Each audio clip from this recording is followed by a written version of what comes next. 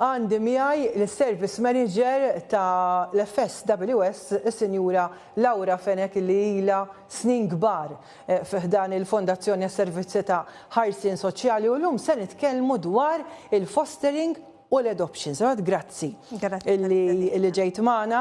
L-ewwel qed prosa ta' xara kemm ilek inti toffri dan is-servizz li huwa utli ħafna għal tfal illi sfortunatament ikollhom diversi sfidi biex jgħixu mal-familji naturali tagħhom. Iċ-ċifri nafuhom għax dan l-aħħar anke fl-aħbarijiet għamilna ħafna stejr ukoll għandna 225 tfal foster dan 200 familja u sirt nafu wkoll li minn mindu ġiet emendata l-liġi biex it-tfal li huma foster jistgħu jiġu adottati mill-familji tal-fostering dawn qegħdin llum mill-2020 sal-lum telgħu għal 22 tifel u tifla u xek.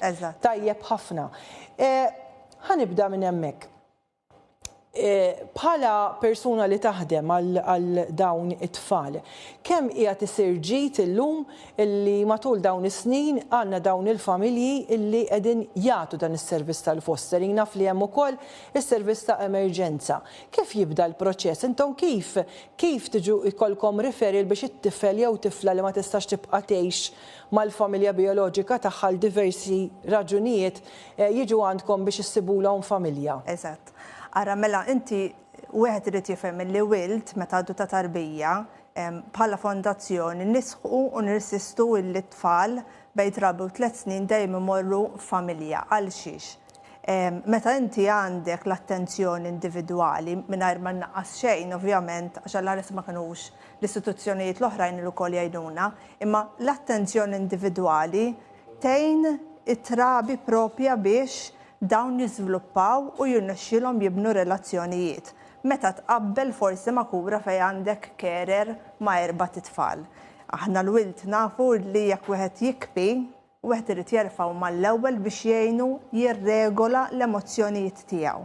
Ġifieri dik hija waħda mill-affarijiet importanti. U għalhekk il-foster carers huma l-bastun, il-backbone tas-servizzi tagħna illi meta għandna tfal li għandhom bżonn kura alternattiva jidħlu għalihom. Issa tgħidli kif aħna nkunu nafu bihom dawn it-tfal. Hemm sitwazzjonijiet fejn min-naħa tad-Direttorat tal-Protezzjoni tal-Minuri jkunu ilhom jaħdmu mal-familji.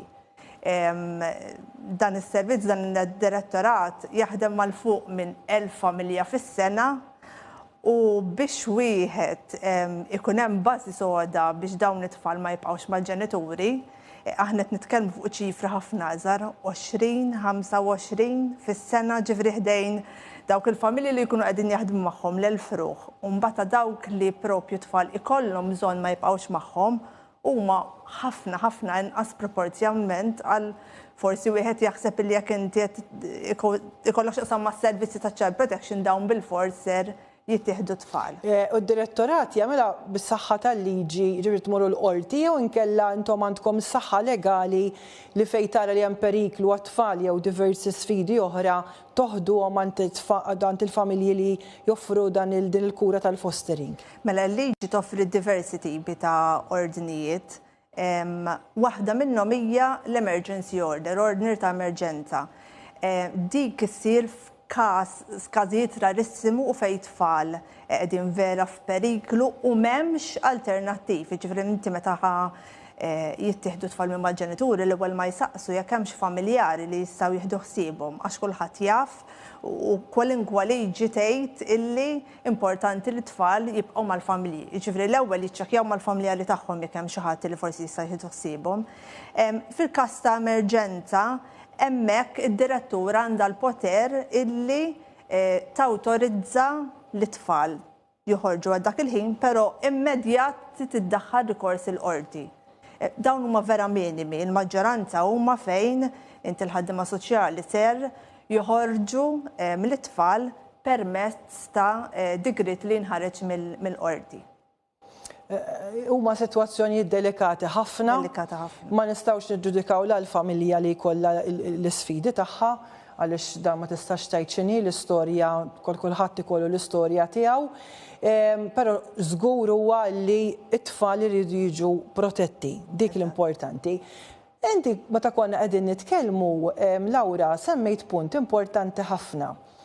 naf li il-ġenituri li fosterjaw jina taw taħriġ, da ma nistax immur jiena u ekku ngħidilkom tini tifla ħalli le, hemm proċess u jsir ukoll proċess tal-matching, ġifieri dana mhux taqbdu u tgħidu jien naf kemm għandna f'ħamsa mela tqasmu hekk bla doċċ. First come first serve, assolutament. Hemm proċess b'kawtela kbira, dik naf għax ili snin naħdem fil-qrib tagħkom, però jiena dejjem nistaqsi ġenitur kemm ikun ippreparat li meta jiffosterja għalkemm jagħti l-imħabba lil dawn l-ulliet dawn it-tfal daqshekk ikun tiegħu, imma irid ikun hemm taħriġ biżżejjed, ikunu preparati biżżejjed li jistgħu dawn ma jibqgħux magħhom. Din sħaqt ħafna fuqha għaliex? Mela, kull min ħajidħol għal fostering aħna normalment ngħidu li jidħol għal żewġ raġunijiet. Jew għax ikollu diġà l-familja tiegħu stabbilita u jkun jixtieq illi jgħin il-familja oħra, u għandna sitwazzjonijiet fejn koppja jew individwu għandhom ix-xewqa li jsiru ġenitur. Waħda ma tistax tmur mingħajr l-oħra, jiġifieri x-xewqa għax inti jekk ħassir ġenitur ħadd inbidillek ħajtek, il-ħinijiet, it-timetable tal-ġurnata, ġifieri tkun ippreparata għal dik il-bidla. U tkun ukoll tixtieq illi tagħmel ġid għaliex għax inti meta tiffosterja qed tgħin familja sħiħa. Qed tgħin din il-familja billi sakemm dawn jirsistu fuq il-problemi tagħhom inti qiegħda tagħti l-aħjar attenzjoni, edukazzjoni imħabba l dawn it-tfal. Tagħmel kemm tagħmel taħriġ imma ħadd qatt mhu preparat biżżejjed illi jekk inti qed tieħu ħsieb tifla u tifel, mort l-isptal magħhom, rajthom itellaw is-snin, rajthom jimxu.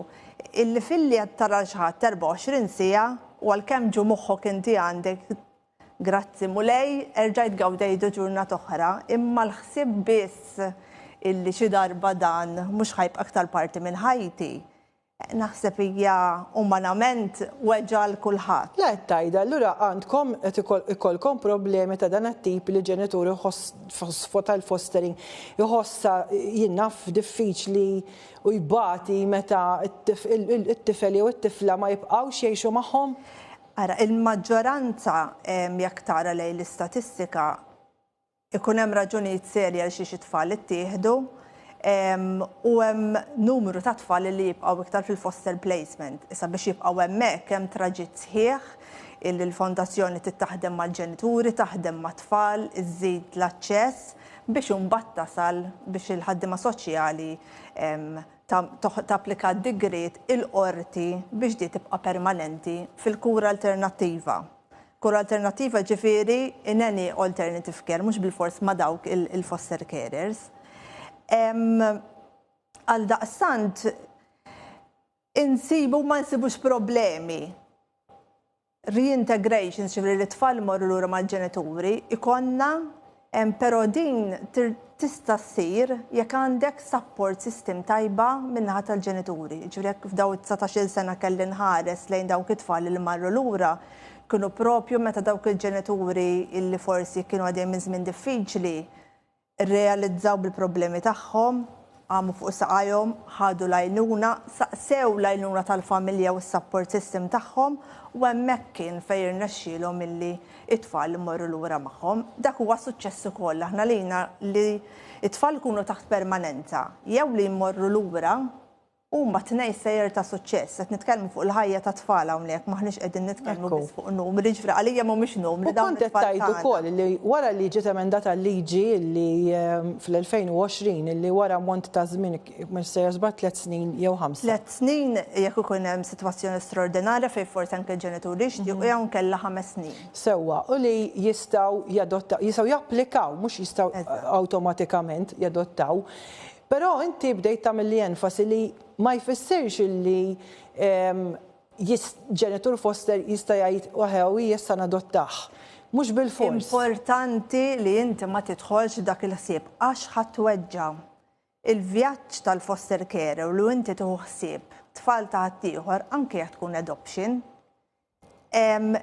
titbiddel il-mod ta' kif inti tuħsib it-tfal, ta' kif tifhem it-tfal. Inti meta għandek tfal ta' ħaddieħor dejjem għandhom identità ġdida, kultura ġdida u ċellu li f'ġisimhom ta' familja oħra. Illi dik dejjem ħatibqa' preżenti u inti bħala foster carer trid tassigura tfal li inti qed trabbi lilha u l-familja. Ma tistax inti qiegħda trabbi lil din it-tifla taċċetta l tifla imma li aħjar ma tmurx b'eżempju jiena naf tara lill-ġenituri tiegħek. ċfir inti bħala foster carer tittaċċetta l-ħajja sħiħa x'inkella tfal ħajsibu problemi biex jarfu l-identità tagħhom. Jien għandi żewġ familji. Aħna hemmhekk ngħidu fejtlu l-split loyalties li dawn jibdew isibu diffikultà bħal meta għandek koppja separata illi ma tistax tuħu pjaċir mal-missier u ma tistax tuħu pjaċir mal-omm għax inkella dawn ħajbatu, ħajweġġaw. ċfir importanti li aħna meta nidħlu għalihom nidħlu biex nieħdu ħsieb it-tfal u l-familja tagħhom. Il-maġġoranza tagħhom kulħadd għalhekk jidħol u għall ħares dawn il-familji anke jekk forsi kollhom din il-weġġa ma jkunux huma li jidħlu għaliha għax hija biċċa xogħol iebsa u minn hawnhekk nirringrazzjahom ħafna għax bħal qed ngħidu għall ħares ma jkunux dawn il-familji. Wasalna lejn l-aħħar messaġġ minn għandek għal min huwa interessat li jiffosterja tfal, x'irid jagħmel?